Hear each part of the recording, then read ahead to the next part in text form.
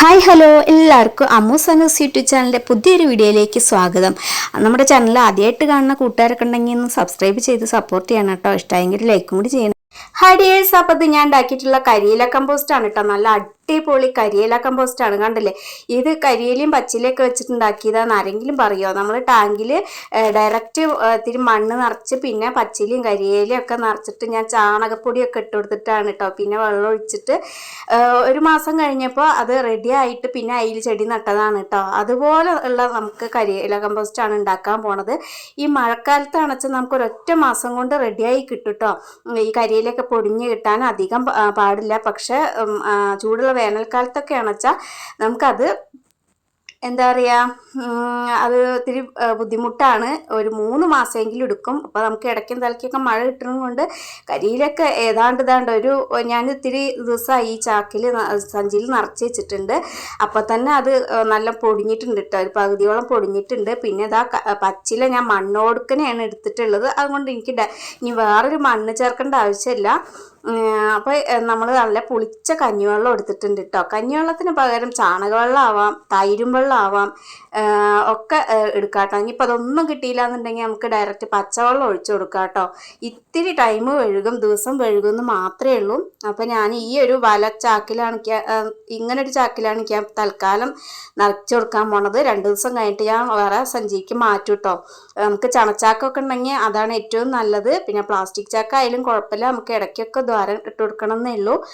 അപ്പോൾ അതാ അതിൻ്റെ ഫസ്റ്റ് ലെയർ നമ്മൾ കരിയില 2 പിടി നല്ലൊരു 2 പിടി ഇട്ടിട്ട് കഞ്ഞിവെള്ളം ഒഴിച്ചു കൊടുക്കുന്നുണ്ട്. ഇനി ആ പച്ചില ഉണ്ടല്ലോ, മണ്ണൊടുക്കനുള്ള പച്ചിലയാണ് ഇട്ട് കൊടുക്കുന്നത്. അപ്പോൾ ഒരു ലെയർ മണ്ണിട്ട പോലെ തന്നെ ആവും കേട്ടോ. ഇനി നമ്മളുടെ മണ്ണില്ലാത്ത പച്ചിലയാണെന്ന് വെച്ചാൽ എന്താ ചെയ്യുക, ഈ ശീമക്കൊന്നയിലേക്ക് ഇടുമ്പോൾ ഇത് മണ്ണ് ഒരു ലെയർ കനല്ലാത്ത വിധത്തിൽ ഇട്ട് കൊടുക്കണം കേട്ടോ. എന്നിട്ട് വേണം കഞ്ഞിവെള്ളം ഒഴിച്ചു കൊടുക്കുക. അപ്പോൾ ഓരോ ലെയർ ഇതിങ്ങനെ വെച്ചിട്ട് നമ്മൾ കഞ്ഞിവെള്ളം, പുളിപ്പിച്ച കഞ്ഞിവെള്ളം നന്നായി ഒഴിച്ചു കൊടുക്കണം കേട്ടോ. നല്ലോണം ഒഴിച്ചു കൊടുക്കണം. ഞാനിപ്പോൾ ഈ ചാക്കിൽ ആദ്യം തന്നെ ഇതിലുണ്ടാക്കണത് എന്തുകൊണ്ടാണെന്നറിയോ, ഒരു 2 ദിവസം കഴിഞ്ഞ് അത് നല്ലോണം കഞ്ഞിവെള്ളം ഒഴിച്ചൊഴിച്ച് ഇത് കെട്ടഴിക്കാതെ തന്നെ എനിക്കത് കഞ്ഞിവെള്ളം ഒഴിക്കാൻ വേണ്ടിയിട്ടാണ് കേട്ടോ. അപ്പോൾ അത് ഉള്ളിലേക്ക് ഓരോ ഇലയ്ക്ക് നല്ല കറക്റ്റായിട്ട് എത്തും. അതിന് വേണ്ടിയിട്ടാണ്. എന്നിട്ട് ഞാൻ 2 ദിവസം കഴിഞ്ഞ് ഒരു പ്രോസസ്സ് തുടങ്ങിയാലാണ് കമ്പോസ്റ്റ് ആവാൻ ഉള്ള ഒരു പ്രോസസ്സ് ഉണ്ടല്ലോ, അത് തുടങ്ങിയാൽ മാത്രമേ ഞാൻ വേറെ സഞ്ചിക്ക് മാറ്റണുള്ളൂ. അപ്പോൾ എൻ്റെ അടുത്ത് പ്ലാസ്റ്റിക് ചാക്കൊന്നും ഞാൻ ഉപയോഗിക്കുന്നില്ല കേട്ടോ. അതിന് പ്ലാസ്റ്റിക് ചാക്കൊക്കെ വലുതാണ്. നമുക്ക് എത്രയാണോ കരിയിലും പച്ചിലൊക്കെ നമ്മൾ എടുത്തെന്ന് വെച്ചാൽ ആ അളവിനുള്ള ചാക്കൊക്കെ എടുത്താൽ മതി. അപ്പോൾ അതാ നമുക്ക് എത്ര നിറയ്ക്കാൻ പറ്റണോ ആ ചാക്കിൽ അത്രയും നിറയ്ക്കാണ് കേട്ടോ. അപ്പോൾ എനിക്ക് ഈ ഒരു ചാക്കിൽ ഉണ്ടാക്കിയും കൊണ്ട് കമ്പോസ്റ്റ് ഒന്നിനൊന്നിനും തികയില്ല എന്ന് പറഞ്ഞ പോലെയാണ് കേട്ടോ. അപ്പോൾ അത്യാവശ്യം എല്ലാം നമ്മുടെ വീട്ടിലേക്ക് വേണ്ട എല്ലാ പച്ചക്കറി ഉണ്ട്. തയ്യളാണ് കേട്ടോ, കുറേ എണ്ണമൊക്കെ ഉണ്ടാവണേ ഉള്ളൂ. ഇപ്പം ഉണ്ടാവണത് വഴുതനങ്ങ, മുളക്, അങ്ങനെയുള്ള അതൊക്കെ ഉള്ളൂ കേട്ടോ. അപ്പോൾ ഇനി കുറച്ച് കഴിഞ്ഞ അടുത്ത വർഷം ഈ സമയമാകുമ്പോഴേക്കും നല്ലൊരു കൃഷിത്തോട്ടം തന്നെ ഉണ്ടാക്കും, എല്ലാം ഉണ്ടാവും കേട്ടോ. അപ്പോൾ എനിക്ക് ഇത് പോരാ, അതിന് ഞാൻ വേറെ ഉണ്ടാക്കി വെച്ചിട്ടുണ്ട് കേട്ടോ. മണ്ണിൽ വേറെ ഉണ്ടാക്കി വെച്ചിട്ടുണ്ട്. ഇത് വീഡിയോയ്ക്കായിട്ടാണ് നമ്മൾ ഈ ചാക്കിൽ കാണിക്കുന്നത്. ഈ ഒരു സമയം പറഞ്ഞാൽ നല്ല വെയിലൊക്കെ ആയതിനാൽ മഴ ഉണ്ടാവും കൊണ്ട് നമുക്ക് ഈ കരിയിലൊക്കെ പെട്ടെന്ന് ഇതായി കിട്ടുകയും ചെയ്യും. 1 മാസമൊക്കെ മതി. എന്നാൽ നല്ല വെയിലും ആണല്ലോ. വേനൽക്കാലം മഴക്കാലം ഒരുമിച്ചാണെന്ന് പറഞ്ഞ പോലെയാണ്. അപ്പോൾ നല്ല വെയിലായതിനാൽ ധാരാളം കരിയില നമുക്ക് ലഭിക്കില്ല ഈ സമയത്ത്. അപ്പോൾ ഈ കരിയിലൊക്കെ കത്തിക്കുന്നതിന് പകരം, കത്തിക്കുമ്പോൾ എന്താ വെച്ചാൽ ഈ നമ്മുടെ മണ്ണും ചൂടായി ഭൂമിയൊക്കെ ഇതായിട്ട് ഡ്രൈ ആവും. അപ്പോൾ നമുക്ക് അതുകൊണ്ടാണ് ഈ വരൾച്ചയൊക്കെ ഉണ്ടാവുന്നത്.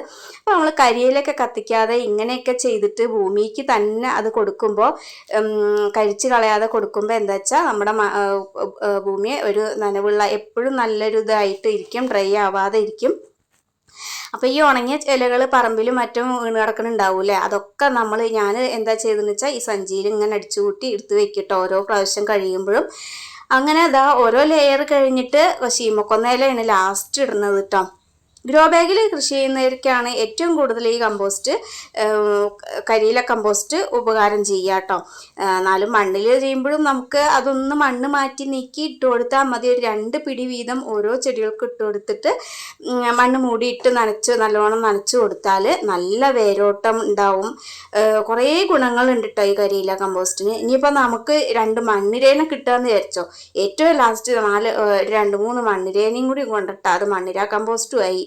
പിന്നെ അതല്ല ഇതാ അറിയുമ്പോഴേക്കും അത് റെഡിയായി കിട്ടും. അപ്പോൾ ഇതാണ്ടോ ഒരു 2 ദിവസം കഴിഞ്ഞപ്പോൾ ഞാൻ വേറെ ഇതിലേക്ക് അങ്ങനെ കൊട്ടിയതാണ് കേട്ടോ. അങ്ങനെ കൊട്ടിയപ്പോൾ തന്നെ കണ്ടില്ലേ ഇലയൊക്കെ പൊടിഞ്ഞ് വന്ന് തുടങ്ങിയിട്ടുണ്ട്. നമ്മൾ കരിയിലും പച്ചിലയും മാത്രമായിട്ട് ഉണ്ടാക്കുമ്പോൾ മണ്ണുണ്ട് കേട്ടോ, പക്ഷെ നമ്മൾ വലിയ തോതിൽ മണ്ണൊന്നും ചേർക്കണില്ലല്ലോ. അതുകൊണ്ട് തന്നെ ഇത് ഫുള്ളായിട്ടാണ് പൊടിഞ്ഞ് കിട്ടുമൊന്നുമില്ല കേട്ടോ. കമ്പൊക്കെ ഞാൻ മാറ്റിയിട്ടുണ്ട്, എന്നാലും ചെറിയ ചെറിയ കമ്പൊക്കെ ഉണ്ടാവുമല്ലോ ഈ ഇലേൻ്റെ അറ്റത്തുള്ളത്.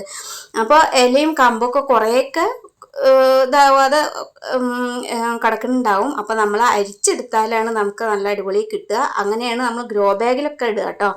ഗ്രോ ബാഗിലിടാൻ അങ്ങനെ അരിച്ചെടുത്തിട്ടാണ് നല്ലത്.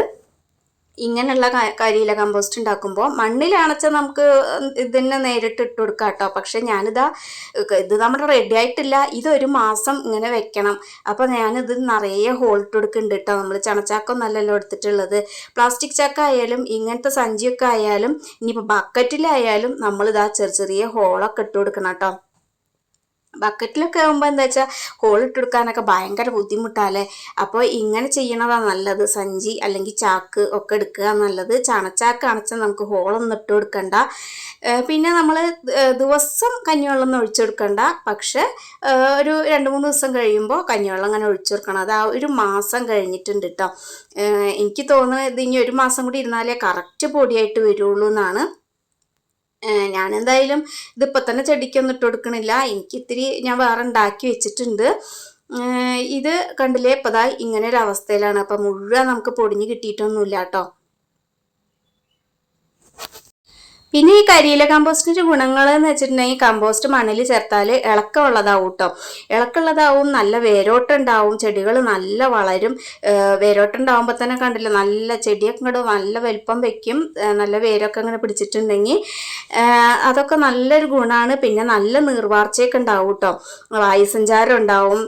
മണ്ണിങ്ങനെ വെറും മണ്ണാണെച്ചാൽ അതിങ്ങനെ കട്ടിയായി കിടക്കുമ്പോൾ നമുക്ക് ഇടയ്ക്കിടയ്ക്ക് മണ്ണിളക്കി കൊടുക്കേണ്ട ആവശ്യം വരും. പക്ഷേ ഇതാണെച്ചാൽ നമുക്ക് അതിൻ്റെ ആവശ്യമില്ല. അപ്പം ഞാൻ വേറെ ഉണ്ടാക്കി വെച്ചിട്ടുണ്ട് പറഞ്ഞില്ലേ, ഇതാ ഞാൻ ടാർപ്പായൊക്കെ ഇട്ട് മൂടി ചെറിയൊരു ഷീറ്റ് കഷ്ണം മൂടി പട്ടയൊക്കെ വെച്ച് മൂടി വെച്ചതാണ് കേട്ടോ. അതാണ്ടോ എൻ്റെ കമ്പോസ്റ്റ് ഇവിടെ റെഡി ആയിട്ടുണ്ട് കേട്ടോ. ആദ്യത്തെ ഞാൻ കുറേ ഉണ്ടാക്കിയിട്ടുള്ളത്. അപ്പോൾ കരിയിലയ്ക്ക് പകരം ഞാനിതിൽ വാഴച്ചപ്പാണ് ഉപയോഗിച്ചിട്ടുള്ളത്. ഇലയ്ക്ക് പകരം പച്ചിലയ്ക്ക് പകരം ഞാൻ മുരിങ്ങയുടെ ഇലയാണ് കേട്ടോ ഉപയോഗിച്ചിട്ടുള്ളത്. അപ്പോൾ നമ്മളിതാ 1 മാസം 2 മാസമൊക്കെ വെയിറ്റ് ചെയ്താൽ ഇത് അതുപോലുള്ള കരിയില കമ്പോസ്റ്റ്